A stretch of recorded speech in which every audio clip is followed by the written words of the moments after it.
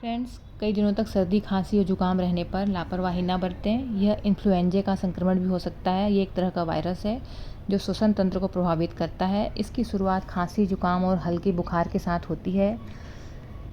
खांसी एक ऐसी बड़ी बीमारी जिसे एक बार होने से छुटकारा पाना आसान नहीं होता है, और यदि खांसी छाती में हल्के फुल्के दर्द के साथ खांसी है तो उसको नज़रअंदाज नहीं करें, नहीं तो गंभीर समस्या का कारण हो सकता है।